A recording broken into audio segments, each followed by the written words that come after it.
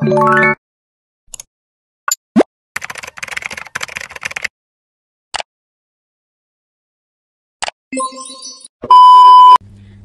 warahmatullahi wabarakatuh. Perkenalkan, nama saya Deviani Artantiningsih, NIM 121211108. Saya ingin mengucapkan terima kasih kepada Bapak Rektor, Bapak Dekan, Ibu Kaprodi, dan Bapak Dosen Pembimbing untuk dukungan selama proses pelaksanaan magang.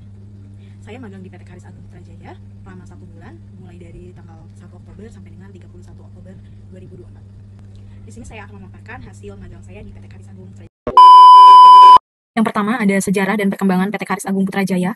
PT Karis Agung Putrajaya merupakan salah satu perusahaan yang bergerak di bidang kosmetik pada tahun 2014. PT Karis Agung Putrajaya ini telah memperoleh sertifikat cara pembuatan kosmetika yang baik (CPKB) dan sertifikat ISO 22716 GMP of Cosmetic. Lalu yang kedua ini ada kegiatan selama magang. Yang pertama, input transaksi pembelian, di mana dimulai dengan menerima invoice pembelian yang sudah diterbitkan oleh vendor, kemudian diproses ke dalam sistem untuk dilakukan penjurnalan. Yang kedua ada input transaksi penjualan, dimulai dengan menerima surat pengiriman barang yang telah ditandatangani oleh customer, lalu dibuatkan invoice-nya, kemudian bisa langsung kita jurnal ke dalam sistem.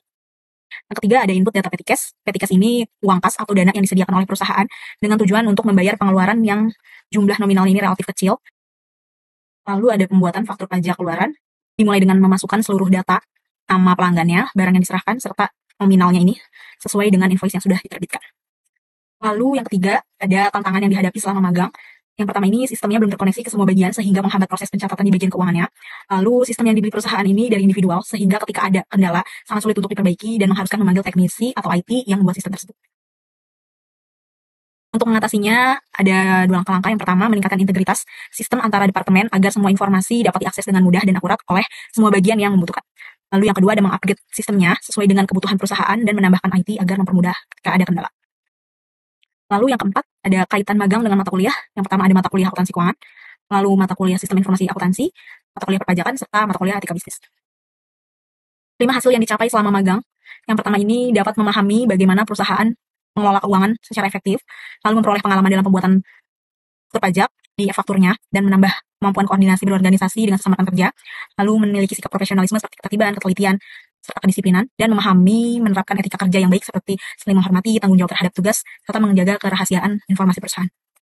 Lalu yang keenam ada hal yang harus dipersiapkan untuk menghadapi dunia kerja di masa depan. Yang pertama ini memiliki kemampuan sumber daya manusia yang kompeten, mencangkup baik keterampilan soft skill maupun hard skill-nya. Lalu memiliki pengalaman yang tidak hanya di lingkungan sekolah atau di kampus saja, sehingga dapat memperluas pengetahuan dan memahami pola pekerjaan yang akan dihadapi di masa depan. Lalu di sini ada foto kegiatan selama magang, ada input transaksi pembeliannya, ada input transaksi penjualan, input transaksi petty cash, dan pembuatan faktur pajak.